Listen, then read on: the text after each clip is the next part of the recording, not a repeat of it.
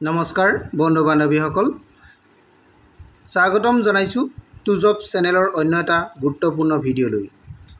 টুজব চেনেলৰ জৰিয়তে আমি অসম তথা ভাৰতৰ চৰকাৰী বেচৰকাৰী চাকৰি বিজ্ঞাপন আলোচনা কৰোঁ। আজিও ঠিক তেনেধৰণে অসম চৰকাৰৰ এটা বিশেষ বিজ্ঞাপন লৈ আপোনালোকৰ ওচৰলৈ আহিছোঁ। বিজ্ঞাপনটোৰ সবিশেষ বিতংকৈ জানিবলৈ ভিডিঅ'টো শেষলৈকে চাব।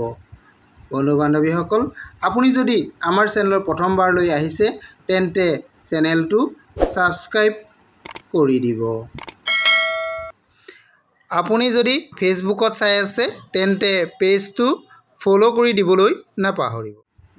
বন্ধু বান্ধৱীসকল, আহক ভিডিঅ'টো বান্ধৱীসকল, আজি মই অসম চৰকাৰৰ এটা গুৰুত্বপূৰ্ণ বিভাগ শিক্ষা বিভাগ, এই শিক্ষা বিভাগত LP স্কুলৰ টিচাৰ আৰু আপাৰ প্ৰাইমেৰী স্কুলৰ টিচাৰৰ পদৰ কাৰণে বিজ্ঞাপন প্ৰকাশ কৰিছে। মই আজি আপোনালোকক LP টিচাৰ আৰু UP টিচাৰৰ দুইটা বিজ্ঞাপনে আপোনালোকক দেখাবলৈ চেষ্টা কৰিম। বন্ধু বান্ধৱীসকল, মই প্ৰথমে এইটো যিটো বিজ্ঞাপন লৈ আহিছোঁ, এই বিজ্ঞাপনটো হৈছে LP টিচাৰৰ কাৰণে, assistant teacher for LP school. ইয়াৰ মুঠ পদ খালী হৈ আছে 2900 পদ। 2900 পদৰ কাৰণে ভেকেঞ্চিৰ কাৰণে বিজ্ঞাপনটো আহিছে। এই বিজ্ঞাপনটো 8 জানুৱাৰী 2025 তাৰিখে প্ৰকাশ কৰিছে। আপোনালোকে নিশ্চয় দেখা পাইছে। আৰু এই বিজ্ঞাপনটো আপোনালোকে যদি বিচাৰে তেনেহ'লে অফিচিয়েল ৱেবছাইটত, এই ৱেবছাইটত আপোনালোকে গৈ তাৰ পৰা বিজ্ঞাপনটো ডাউনলোড কৰি ল'ব পাৰিব। আৰু যদি বিচাৰে তেনেহ'লে মোৰ ভিডিঅ' শেষত আপোনালোকে কমেণ্ট কৰিলে মই আপোনালোকক দিবলৈও চেষ্টা কৰিম। বন্ধু বান্ধৱীসকল, ইয়াৰ কাৰণে আপোনালোকৰ যি 29টা পদ আছে, এই পদৰ কাৰণে আপোনালোকৰ ইয়াতে দৰমহাটোৰ কথা উল্লেখ আছে। দৰমহাটো আপোনালোকৰ 14,000 টকাৰ পৰা আৰম্ভ হ'ব। ইয়াতে পে' বেণ্ডটো 2 হ'ব। 14,000 টকাৰ পৰা 70,000 টকালৈকে আপোনালোকৰ এইটো স্কেলটো হ'ব। আৰু প্লাছ আপোনালোকৰ লগত থাকিব গ্ৰেড পে' প্লাছ আদাৰ এলাউন্সেছ, এইখিনি আপোনালোকৰ লগত থাকিব। আৰু ইয়াৰ কাৰণে আমি যিখিনি আপোনালোকৰ টাৰ্মছ এণ্ড কণ্ডিশ্যন থাকিব, এডুকেশ্যনেল কোৱালিফিকেশ্যনৰ পৰা ধৰি এই সকলোখিনি আপোনালোকক জনাব মই চেষ্টা কৰিছোঁ। প্ৰথমতে মই আহোঁ, আপোনালোকে এই পদৰ কাৰণে আবেদন কৰিবলৈ হ'লে চিটিজেন ইন ইণ্ডিয়া লগতে আছামৰ হ'ব লাগিব। আছামৰ আপোনালোক পাৰ্মানেণ্ট ৰেচিডেণ্ট হ'ব লাগিব। 2 নম্বৰতে আপোনালোকৰ আছাম টেট বা চেণ্ট্ৰেল টেট যিকোনো এটা আপোনালোকে পাছ কৰি থ'ব লাগিব। লোৱাৰ প্ৰাইমেৰী হওক বা হাই লেভেলতে হওক, আপোনালোকে যিকোনো এটা লেংগুৱেজ 1 বা লেংগুৱেজ 2 দুইটাতে হওক আপোনালোকে আছাম টেট বা চি টেট পাছ কৰি থাকিব লাগিব। আৰু 3 নম্বৰতে আপোনালোকৰ বয়সটো আপোনালোকৰ ইয়াতে 18 বছৰৰ পৰা 40 বছৰলৈকে ধৰা হৈছে। 18 বছৰৰ পৰা 40 বছৰ ধৰা হৈছে।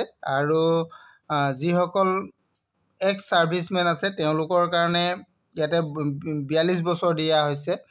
OBC আৰু MOBC সকলৰ কাৰণে 43 বছৰ। আৰু SC ST প্লেন ST হিলছৰ কাৰণে ইয়াতে 45 বছৰ বয়সলৈকে দিয়া হৈছে। আৰু যিসকল পাৰ্চন উইথ ডিচেবিলিটি আছে তেওঁলোকৰ কাৰণে 50 বছৰ বয়সলৈকে আপোনালোকে এপ্লাই কৰিব পাৰিব। এই আপোনালোকৰ বয়সৰ সীমাটো 1 জানুৱাৰী 2025লৈকে ধৰা হ'ব। এইটো ইয়াতে উল্লেখ আছে, 1 জানুৱাৰী 2025লৈকেহে ধৰা হ'ব। এইটো আপোনালোকৰ বয়সৰ সীমাটোৰ কথা আপোনালোকে গম পালে। ইয়াৰ কাৰণে আপোনালোকৰ অনলাইন আবেদন কৰিব লাগিব যিহেতু, গতিকে অনলাইন আবেদনটো আপোনালোকৰ 15 ফেব্ৰুৱাৰী 2025 15 ফেব্ৰুৱাৰী ৰাতিপুৱা 10 বজাৰ পৰা আপোনালোকে অনলাইন আবেদন কৰিব পাৰিব। অফিচিয়েল ৱেবছাইট এইটো আপোনালোকে দেখিছে dee.assam.gov.in, এই অফিচিয়েল ৱেবছাইটত গৈ আপোনালোকে 15 ফেব্ৰুৱাৰী তাৰিখৰ পৰা ৰাতিপুৱা 10 বজাৰ পৰা আপোনালোকে আবেদন কৰিব পাৰিব 31 মাৰ্চৰ বিয়লি 5 বজালৈকে। এইটো কলমটো আপোনালোকে ভাল ধৰণে চাই ল'ব পাৰিব। মই আপোনালোকক এইখিনি সবিশেষ জনাই দিছোঁ। আৰু কিবা জানিবলগীয়া থাকিলে আপোনালোকে বিজ্ঞাপনটো ডাউনলোড কৰিলে সবিশেষ জানি ল'ব পাৰিব। এইখিনি আছিলে। আৰু ইয়াৰ কাৰণে আপোনালোকৰ যিটো শিক্ষাগত অৰ্হতাৰ কথা আছে, আপোনালোকে এইখিনি ভাল ধৰণে চাই ল'ব পাৰিব আৰু মাৰ্কিং আপোনালোকক কেনে ধৰণে হ'ব সেইখিনি কথাও ইয়াতে উল্লেখ আছে পদটো আপোনালোকে ইয়াতে দেখিছে যে এছিষ্টেণ্ট টিচাৰ লোৱাৰ প্ৰাইমেৰী স্কুল ইয়াত আপোনালোকক কি শিক্ষা দেখুওৱা হৈছে হাই সেকেন্ডাৰী লাগিব senior secondary with at least 50% mark 50% mark আপোনালোকক ইয়াতে বিচৰা হৈছে লগত আপোনালোকক কি বিচৰা হৈছে 2 years diploma in elementary education অৰ্থাৎ ডিএলএড আপোনালোকক ইয়াতে বিচৰা হৈছে এণ্ড আৰু আসাম টেট বা চেন্ট্ৰেল টেট এই দুইটা আপোনালোকক ইয়াতে বিচৰা হৈছে এই তিনিটা ক্ৰাইটেৰিয়া যদি আপোনালোকৰ আছে তেনেহলে আপোনালোকে এই এছিষ্টেণ্ট টিচাৰ লোৱাৰ প্ৰাইমেৰী পদৰ কাৰণে আবেদন কৰিব পাৰিব আৰু এইখিনি নন এসেনশিয়াল কোৱালিফিকেশনো আছে এইখিনিও আপোনালোকে চাই ল'ব পাৰিব মই মেইন এসেনশিয়াল কিটা ক'লো আৰু ইয়াৰ পিছত আপোনালোকৰ আছে মাৰ্কিং কথা মাৰ্কিংটো আপোনালোকৰ 5% আহিব হায়াৰ সেকেন্ডাৰীৰ পৰা অৰ্থাৎ হায়াৰ সেকেন্ডাৰী বা সিনিয়ৰ সেকেন্ডাৰীৰ পৰা আপোনালোকৰ 5% মাৰ্ক আহিব আৰু 5% আহিব আপোনালোকৰ ডিপ্লোমা ইন এলিমেন্টাৰী এডুকেশ্যনৰ পৰা আৰু 85% মাৰ্ক আপোনালোকৰ ক'ৰ পৰা আহিব টেটৰ পৰা চেন্ট্ৰেল টেটেই হওক বা আসাম টেটেই হওক এই টেটৰ পৰা আপোনালোকৰ 85% আৰু 5% আপোনালোকৰ ডিএলএডৰ পৰা আৰু 5% আপোনালোকৰ হাই সেকেন্ডাৰী সাৰ্টিফিকেটৰ পৰা গতিকে এইখিনি মিলাই আপোনালোকৰ মাৰ্কিং কৰা হ'ব এইখিনি কথা আপোনালোকে গম পালে আৰু 5 মাৰ্ক আপোনালোকৰ ইয়াতে ধৰা হৈছে এটো 5 মাৰ্ক আপোনালোকৰ ম্যাক্সিমাম 5 মাৰ্ক থাকিব even if da candidate processes all the 3 qualification achieved যদি এই তিনিটা কোৱালিফিকেশন তেওঁলোকৰ আছে তাৰ পৰা ওপৰত ভিত্তি কৰি 5 মাৰ্ক দিয়া হ'ব এইকিটা কথা হ'ল এইখিনি আছিল ইয়াৰ মেইন বস্তুখিনি আপোনালোকৰ 100 মাৰ্কছৰ যেটো মাৰ্কিং কৰা হ'ব সেই মাৰ্কিংৰ ওপৰতে এইখিনি পদ কেটা দিয়া হ'ব এইখিনি কথা আপোনালোকক সকলোখিনি জনালো আৰু আপোনালোকে অনলাইন আবেদন কৰিবলৈ হলে এই ফৰ্মখন দেখিছে আপোনালোকে অনলাইন এপ্লিকেশন ফৰ্মখন এনেকুৱা ধৰণৰ হ'ব আপোনালোকৰ সিটেট বা আসাম টেটৰ ৰোল নাম্বাৰ দিব লাগিব সিটেট বা আপোনালোকৰ আসাম টেটৰ সাৰ্টিফিকেট নাম্বাৰ ইয়াত দিব লাগিব date of birth candidate name father's name mother's name address phone number কোন পেপাৰত কি আছিল আপোনালোকৰ paper language 1 language 2 gender select কৰিব লাগিব কাষ্ট আপোনালোকে দিব লাগিব এনে ধৰণে আপোনালোকৰ এই ফৰ্মখন আপোনালোকে ফিল আপ কৰি দিব লাগিব